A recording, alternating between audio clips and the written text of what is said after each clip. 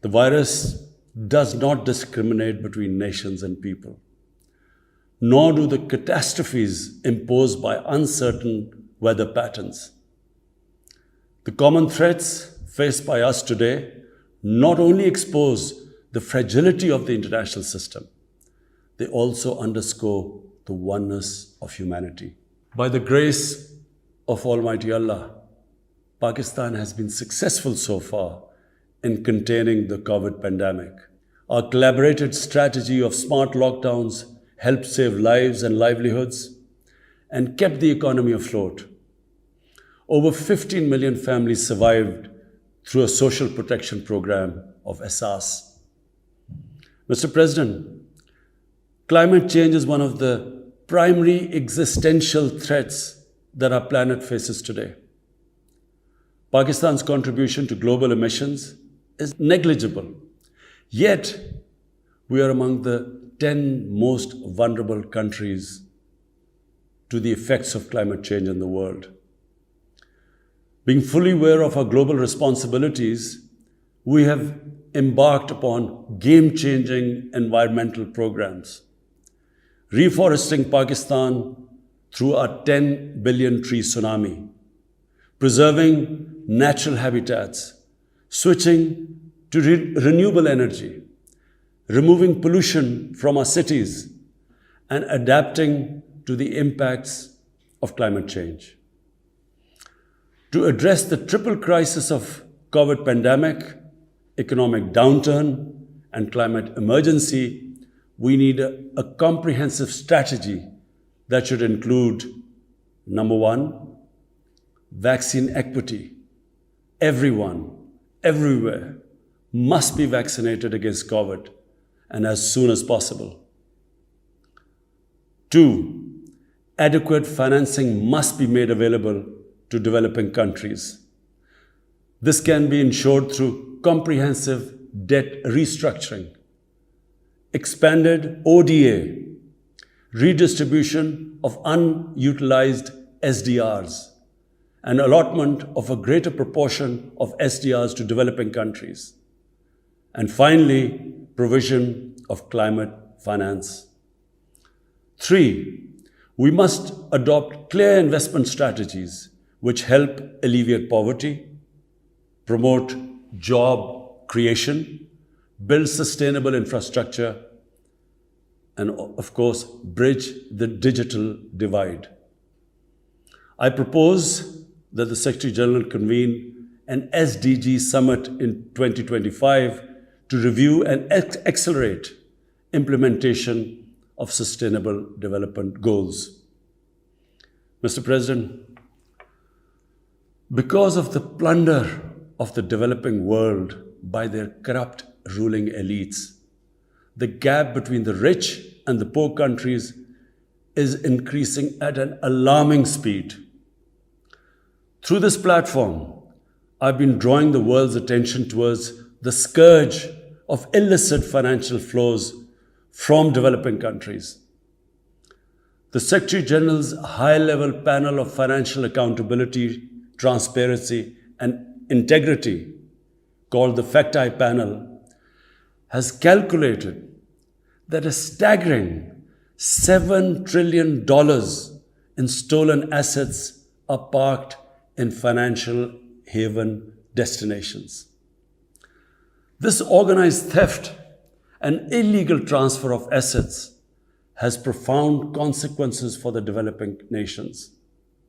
It depletes their already meager resources, accentuates the levels of poverty, especially when laundered money puts pressure on the currency and leads to its devaluation.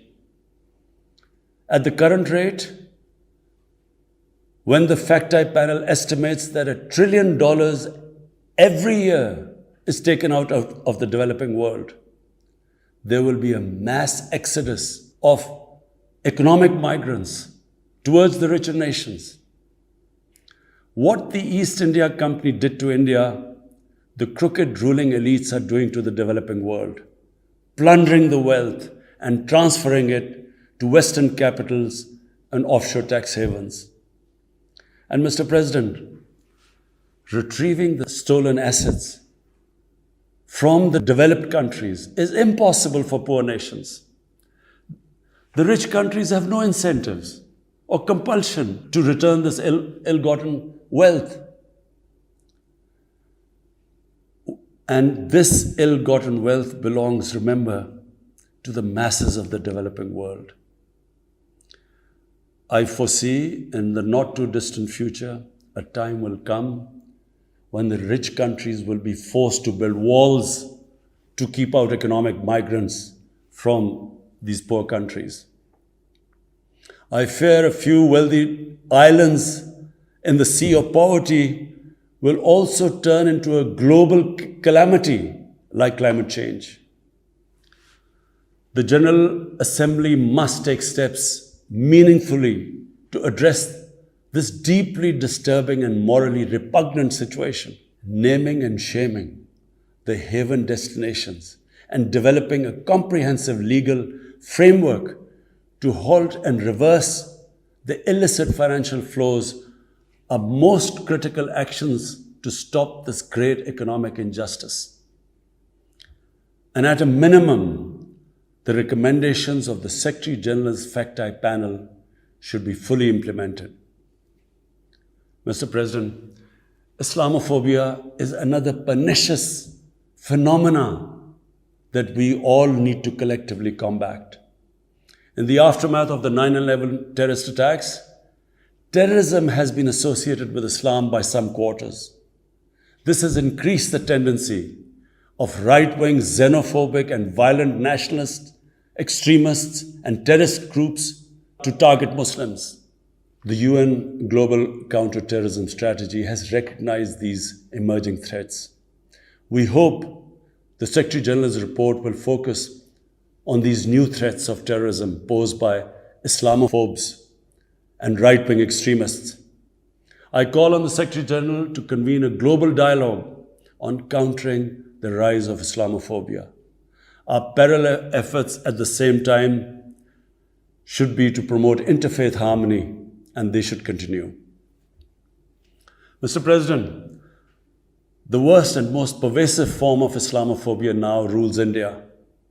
The hate-filled Hindutva ideology propagated by the fascist RSS BJP regime has unleashed a reign of fear and violence against India's 200 million Muslim strong community.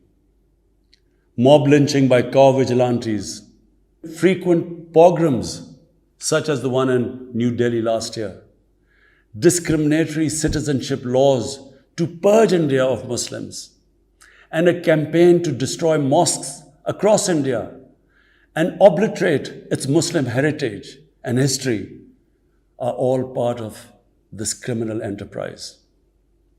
New Delhi has also embarked on what it ominously calls the final solution for Jammu and Kashmir dispute.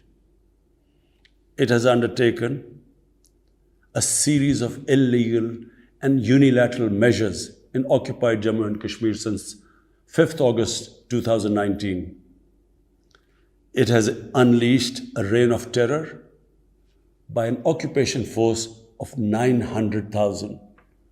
It has jailed senior Kashmiri leadership, imposed a clampdown on media and internet, violently suppressed peaceful protest, abducted 13,000 young Kashmiris and tortured hundreds of them. It has extrajudicially killed hundreds of innocent Kashmiris in fake encounters and imposed collective punishments by destroying entire neighborhoods and villages. We had unveiled a detailed dossier on gross and systematic violations of human rights by the Indian security forces in occupied Jammu and Kashmir. This repression is accompanied by illegal efforts to change the demographic structure of the occupied territory and transform it from a Muslim majority into a Muslim minority. Indian actions violate the resolutions of the United Nations Security Council on Jammu and Kashmir. The resolutions clearly prescribe that the final disposition of the disputed territory should be decided by its people through a free and impartial plebiscite held under the UN auspices. India's action in occupied Jammu and Kashmir also violate international human rights and humanitarian laws, including the Fourth Geneva Convention, and amount to war crimes and crimes against humanity. It is unfortunate, very unfortunate, that the world's approach to violations of human rights lack even-handedness and even are selective. Geopolitical considerations or corporate interests, commercial interests, often compel major powers to overlook the transgressions of their affiliated countries. Such double standards, and the most glaring in case of India, where this RSS BJP regime is being allowed to get away with human rights abuses with complete immunity. The most recent example of Indian barbarity was the forcible snatching of the mortal remains of the great Kashmiri leader, Sayyid Ali Shah Gilani, from his family, denying him a proper Islamic funeral and burial in accordance with his wishes and the Muslim tradition. Devoid of any legal or moral sanction, this action has been against the basic norms of human decency. I call on this General Assembly to demand that Sayyid Gilani's mortal remains be allowed to be buried in the cemetery of martyrs with the appropriate Islamic rites. Mr. President, Pakistan desires peace with India as with all its neighbors. But sustainable peace in South Asia is contingent upon resolution of the Jammu and Kashmir dispute in accordance with the relevant United Nations Security Council resolutions and the wishes of the Kashmiri people. Last February, we reaffirmed the 2003 ceasefire understanding along the line of control. The hope was that it would lead to a rethink of the strategy in Delhi. Sadly, the BJP government has intensified repression in Kashmir and continues to vitiate the environment by these barbaric acts. The onus remains on India to create a conducive environment for meaningful and result-oriented engagement with Pakistan. And for that, it must do, number one, reverse its unilateral and illegal measures instituted since 5th August 2019. Secondly, stop its oppression and human rights violations against the people of Kashmir. And three, halt and reverse the demographic changes in the occupied territory. It is also essential to prevent another conflict between Pakistan and India. India's military buildup, development of advanced nuclear weapons, and acquisition of destabilizing conventional capabilities can erode mutual deterrence between the two countries. And now, Mr. President, I want to talk about Afghanistan. The current situation in Afghanistan, for some reason, Pakistan has been blamed for the turn of events by politicians in the United States and some politicians in Europe. From this platform, I want them all to know the country that suffered the most, apart from Afghanistan, was Pakistan when we joined the US war on terror after 9/11. 80,000 Pakistanis died. $150 billion was lost to our economy. There were 3.5 million internally displaced Pakistanis. And why did this happen? In the 80s, Pakistan was a frontline state in fighting against the occupation of Afghanistan.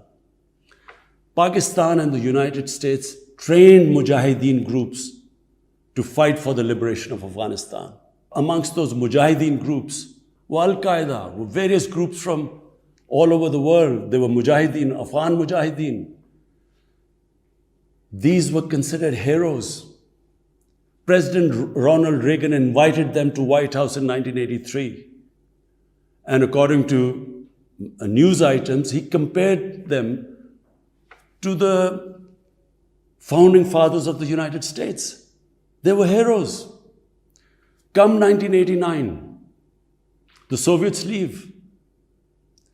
So do the Americans, abandon Afghanistan. Pakistan was left with 5 million Afghan refugees. We were left with sectarian militant groups which never existed before. But the worst cut of it was that a year later, Pakistan was sanctioned by the US. We felt used. Fast forward 9/11, Pakistan is needed again by the US because now their US-led coalition is now invading Afghanistan, and it could not happen without Pakistan providing all the logistical support. What happened after that? The same mujahideen that we had trained that fighting foreign occupation was a sacred duty, a holy war or jihad, they turned against us. We were called collaborators. They declared jihad on us. Then all along the tribal belt bordering Afghanistan, the Pakistan semi-autonomous tribal belt, where no Pakistan army had been since our independence, they had strong sympathies with the Taliban, Afghan Taliban, not because of their religious ideology, but because of Pashtun nationalism, which is very strong. Then there were 3 million Afghan refugees still in Pakistan, all Pashtuns, living in camps, 500,000, the biggest camp, 100,000 camps. They all had affinity and sympathies with the Afghan Taliban. So what happened?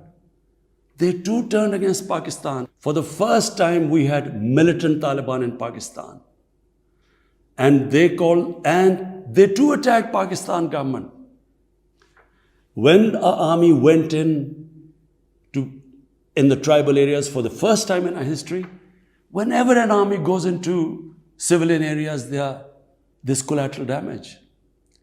So there was collateral damage, which multiplied the militants to seek revenge. But not just that. The world must know that in Pakistan, there were 480 drone attacks conducted by the US. 480 drone attacks. And we all know that drone attacks are not that precise. They cause more collateral damage than the militants they are targeting. So, who did the people whose relatives were being killed? Who did they seek revenge? Against Pakistan. Between 2004 and 2014, there were 50 different militant groups attacking the state of Pakistan.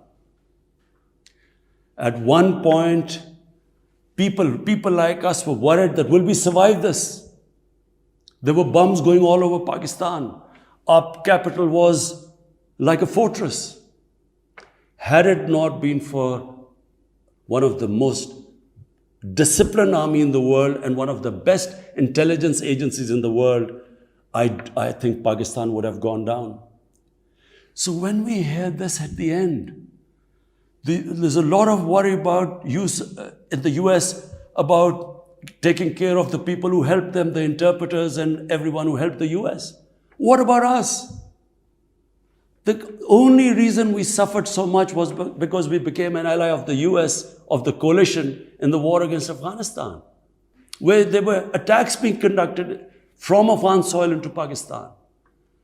At least there should have been a word of appreciation. But rather than appreciation, imagine how we feel when we are blamed for the turn of events in Afghanistan. After 2006, it became apparent to everyone who understood Afghanistan's history that there would be no military solution in Afghanistan. I went to the US I spoke to think tanks. I met at the time Senator Biden, Senator John Kerry, Senator Harry Reid. I tried to explain to them that there would not be any military solution and political settlement was the way to go forward. No one understood then. And unfortunately, in trying to force a military solution is where US went wrong. And if today,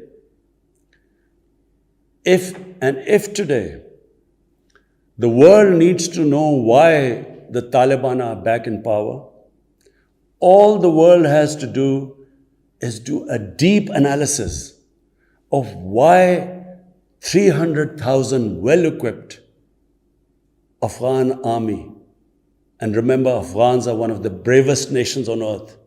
Why did this 300,000 Afghan army give up without a fight? The moment a deep analysis of this is done, the world would know why the Taliban are back in power, and it's not because of Pakistan.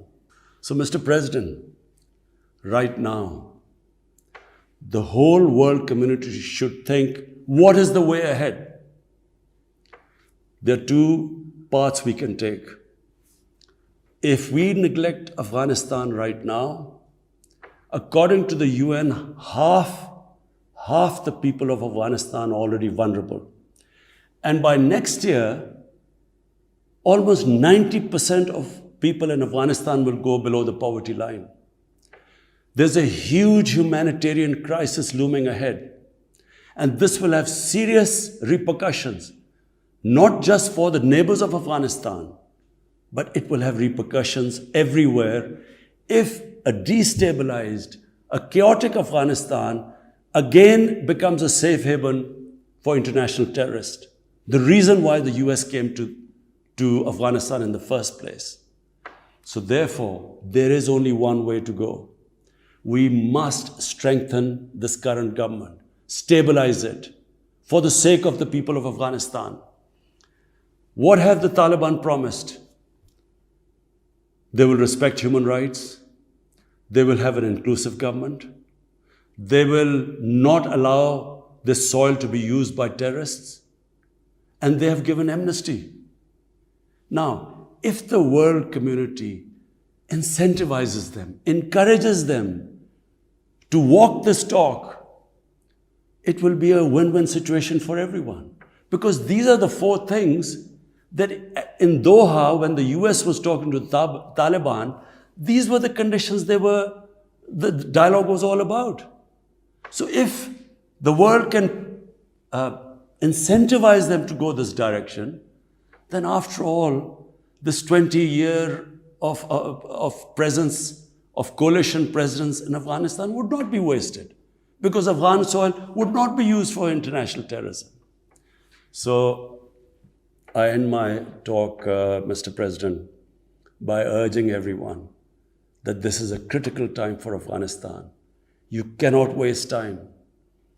Help is needed there. Humanitarian assistance has to be given there immediately. And the Secretary General of the United Nations has taken bold steps. I urge you to mobilize the international community and move in this direction.